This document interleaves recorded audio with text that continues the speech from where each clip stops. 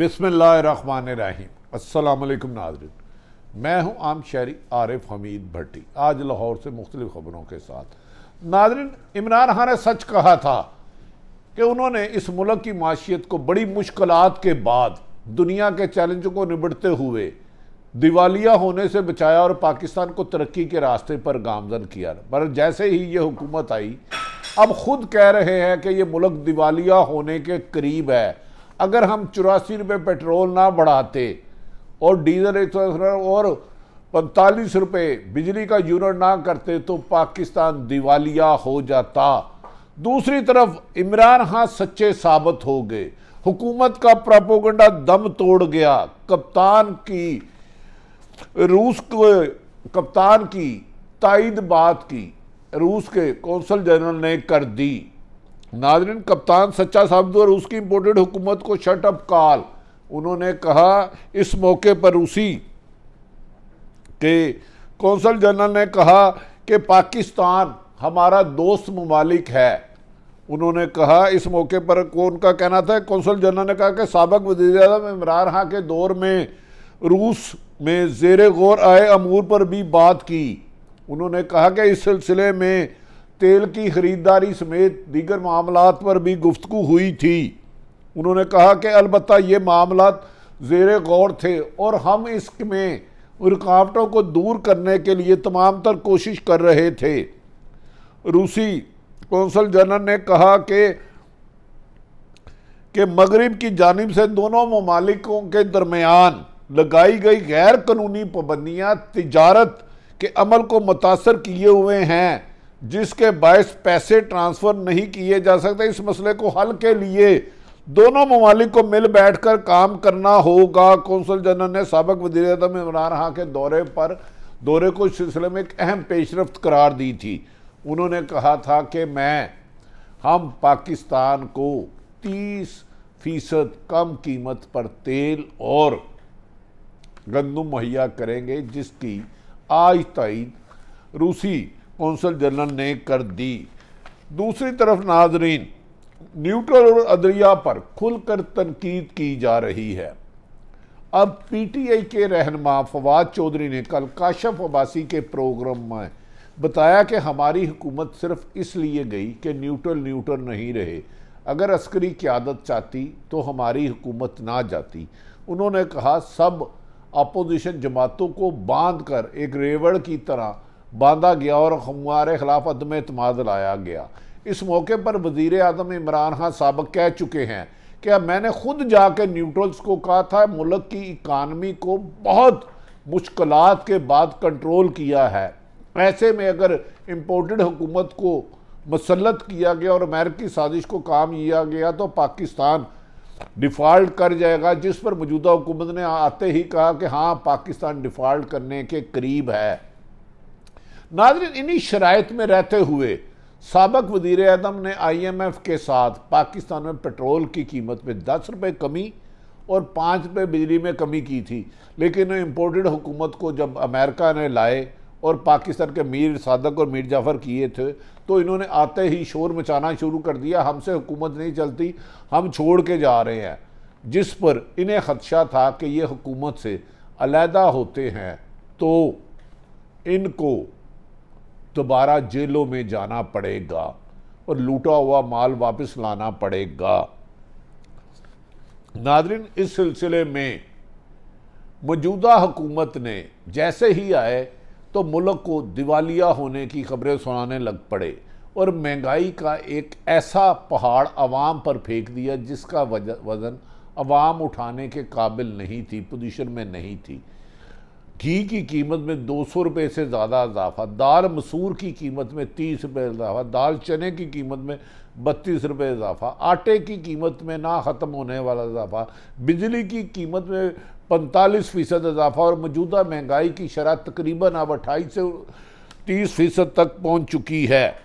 नाज़रीन, अब मौजूदा हुकूमत खुद कह रही है और न्यूट्रल जो मौजूदा इम्पोर्टेड हुकूमत को लाया वो कह रहे हैं इमरान खान ने कम से कम मुल्क को दिवालिया होने से बचाया हुआ था और अमेरिका को एब्सोल्युटली नॉट कहने के बावजूद भी पाकिस्तान की इकॉनमी अपने पाँव पर खड़ी हो गई थी। फॉरेन रिजर्व में भी इजाफा हो रहा था, एक्सपोर्ट में भी इजाफा हो रहा था और टैक्स कलेक्शन भी माजी की निस्बत बहुत बेहतर थी। लेकिन जैसे ही मौजूदा हुकूमत आई, फॉरेन रिजर्व में इतनी कमी आ गई कि खुदा ना खास्ता ये ना ख़त्म होती तो पाकिस्तान को नुकसान होता। IMF को के साथ साबक मौजूदा वज़ीर आज़म का कहना तमाम मामला तय हो गया, अगर उन्होंने मज़ीद शराइत ना रखी तो जल्द पाकिस्तान को पैसे मिल जाएंगे। दूसरी तरफ नाज़रीन, जो अहम अच्छी खबर है, चीन की तरफ से दिए जाने वाले पैसे में आज पाकिस्तान में डॉलर की आसमान को छूती हुई कीमत, जो मौजूदा हुकूमत की नाअहली, नालायकी और जल्दबाजी और अपने मुकदमात के ख़त्म करने की वजह से 215 रुपये पर चले गई थी, आज 5 रुपये उसमें कमी हुई है। और तवक्को की जा रही है अगर IMF और सऊदी अरब देता है तो डॉलर की कीमत दोबारा 200 रुपये तक आ सकती है। लेकिन मौजूदा हुकूमत को अवामी मफाद में फ़ैसला करना होंगे। नानी दूसरी तरफ कल वज़ीर आज़म इमरान खान, साबक वज़ीर आज़म इमरान खान ने रजीम चेंज के मौजू पर अपना टारगेट, ये बात वाशगाफ लफ्ज़ों में कही जैसे ही उनके इल्म में आया कि मौजूदा इमरान खान की हुकूमत के ख़िलाफ़ साजिश हो रही है और पाकिस्तान में कुछ गैर दानिस्ता लोग भी इसमें शामिल हैं, तो वो न्यूट्रल यानी कि एस्टेब्लिशमेंट के पास गए और उनसे कहा कि इन हालात में मुल्क की हुकूमत की तब्दीली मुल्क को दिवालिया और गैर मुल्की ग़ुलामी की तरफ ले जाने के मुतरद्दिफ होगी। उन्होंने कहा मेरी बात को नज़रअंदाज किया गया।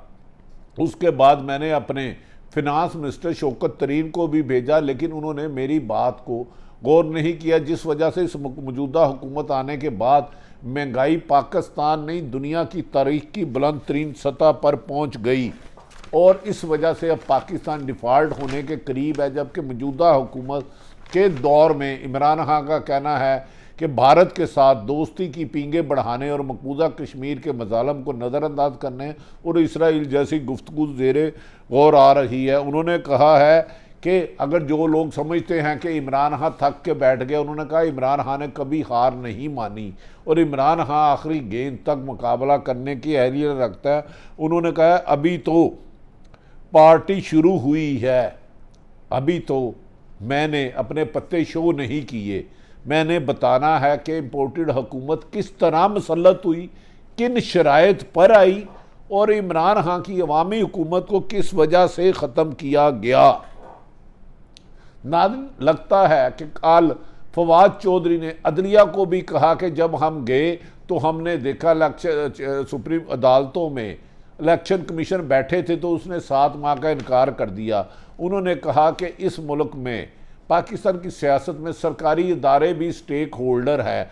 फवाद चौधरी और असद उमर आजकल बड़ा फ्रंट फुट पर आकर खेल रहे हैं और इनके साथ एक नए खिलाड़ी शौकत तरीन साबक फिनांस मिनिस्टर का भी हुआ है। उन्होंने कहा मौजूदा हुकूमत पाकिस्तान को दिवालिया करने की बना रही है। मैंने मुश्किल फ़ैसले कर अवाम हुकूमत के लिए मुश्किल काम करके अवाम के लिए आसानियाँ पैदा की, मगर इस हुकूमत ने अपने मुकदमत ख़त्म करा के अवाम के लिए महंगाई की सूरत में मुश्किल काम शुरू कर दिए हैं।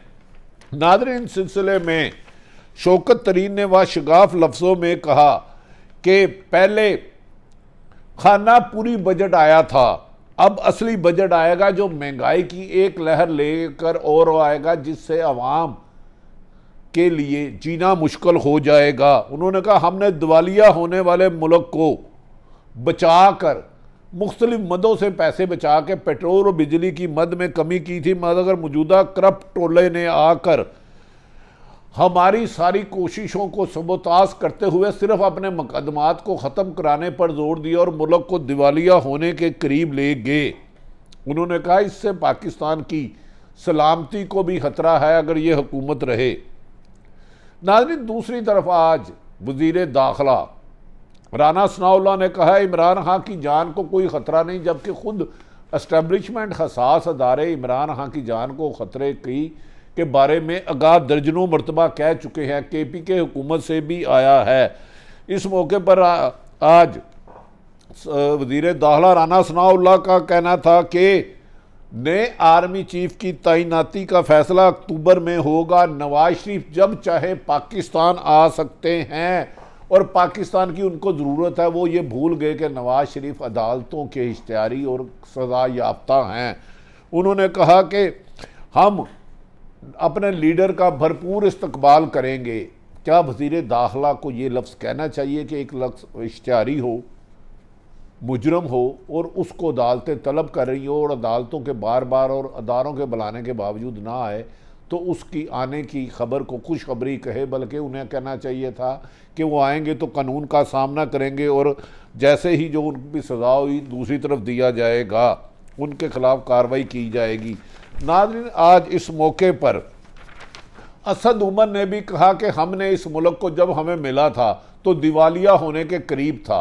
मुस्लिम लीग नून ने पाकिस्तान को बैरूनी कर्जों की दलदल में दबा दिया था और कोई ऐसी सूरत नहीं थी जो आखिरी 6 महीने 1 जनवरी से लेकर जुलाई 2018 तक मुस्लिम लीग ने जान के ऐसी बरूदे सिंगी थी कि पीटीआई की हुकूमत को मुश्किलात हो, लेकिन हमने हुक्मरानों के लिए, अपनी हुकूमत के लिए मुश्किल फ़ैसले किए, अपने पैसे बचाए, बचत का तरीका अख्तियार किया और अवाम पर महंगाई का असर नहीं डालने दिया। हमारे दौर में 2 रुपये पेट्रोल की कीमत बढ़ती थी तो ये चीखें मारते थे, अब 30 रुपये कीमत बढ़ाने को ये मुल्क की दोस्ती कह रहे हैं। उन्होंने कहा मौजूदा हुकूमत ने पाकिस्तान को जिस तरफ ले जा रहे हैं ये कर्जे की दलदल है। फवाद चौधरी, असद उमर जंगीर तरीन कहते हैं कि मौजूदा हुकूमत को अमेरिका इसलिए लाया है कि वो इसराइल के लिए रास्ता हमवार कर सके और पाकिस्तान और भारत की दोस्ती बना सके, जिसमें मकबूजा कश्मीर पे होने वाले मजालिम को ख़त्म किया जा सके। इमरान खान का कहना है कि असल खेल अब जुलाई में शुरू होगा। एक तरफ फवाद चौधरी के कल इंटरव्यू में अदलिया और इस्टेब्लिशमेंट को अस्करी क़यादत के बारे में अहम किया गया। उन्होंने कहा इस बात में कोई शुबा नहीं कि पाकिस्तान की पॉलिटिक्स में हमेशा अहम अदारे स्टेक होल्डर रहे हैं और उनकी मर्ज़ी से ही हुकूमत बनती है। उन्होंने कहा अगर अहम अदारे हमारे साथ होते तो जराइम में मुलव्वस करप्ट लुटेरे डाकू चोर आज हुकूमत पर मुसल्लत ना होते। इस सिलसिले में शौकत तरीन ने कहा कि हम जल्द वापस आकर मौजूदा जो कीमतें बढ़ाई गई हैं, जो 84 रुपये पेट्रोल की, इसकी कीमत में कमी करेंगे और आवाम को खुशखबरी सुनाएंगे और बिजली की कीमत में भी कमी करेंगे और मज़ीद ऐसे हिकमत अमली बनाएंगे कि महंगाई का बोझ आवाम की बजाय सिर्फ और सिर्फ अशराफिया पर पड़े। दूसरी तरफ नाज़रीन, राना सनाउल्लाह का ये ख़बर कि इमरान खान की जान को ख़तरा नहीं, क्या आगे इस मुल्क में लियाकत अली खां की जान चले गई, मोहतरमा बेनज़ीर भुट्टो शहीद की जान चले गई, क्या ये हुकूमत इमरान खान को मुकम्मल सिक्योरिटी ना देकर आइनी और कानूनी वायलेशन तो नहीं कर रही? क्या मुल्क की उनकी ये ज़िद अना बड़े हादसे की तरफ तो नहीं ले जा रही? दूसरी तरफ इमरान खान का कहना है कि मैं आखिरी गेंद तक लड़ूंगा और ये जुलाई इस हुकूमत के आखिरी दिन होंगे और 2022 जुलाई के बाद ये हुकूमत इक़्तिदार में नहीं रहेगी और बहुत जल्द साफ शफाफ इलेक्शन आएंगे और मौजूदा हुक्मरान जिन्हें ज़बरदस्ती एक रस्से से बांध कर जमा किया गया है, इनका असल मकाम जेलों में और मैं इनको आइन और कानून के मुताबिक जेलों में भेजूंगा। नाज़रीन, क्या जुलाई मौजूदा हुकूमत का खात्मा होगी, जबकि इत्तेहादियों की नाराज़गी और हुकूमत की नाकस माशी पॉलिसी की वजह से मुल्क को दिवालिया होने से बचाने के लिए शफाफ इलेक्शन कराने के लिए अदारे कहा जा रहा है किरदार अदा करने के लिए तैयार हो चुके हैं और इस सिलसिले में सुप्रीम कोर्ट से बड़े अहम फैसले आ सकते हैं। जबकि पंजाब में गैर जानिबदार हल्के कहते हैं कि 20 जो लोटों की सीटें हो रही हैं, जो पीटीआई के लोग मुनर्रफ हुए थे, उनमें से 15 से 18 सीटें पीटीआई जीत सकती है, जबकि नून लीग दावा कर रही है कि अक्सरियत हम जीतेंगे। अब क्या आवाम के फैसले पर, आवाम के वोट पर फिर डाका डाला जाएगा या शफाफ इलेक्शन करा के नताइज कबूल किए जाएंगे? सारी सूरत हाल तक आप तक रखी। पाकिस्तान जिंदाबाद।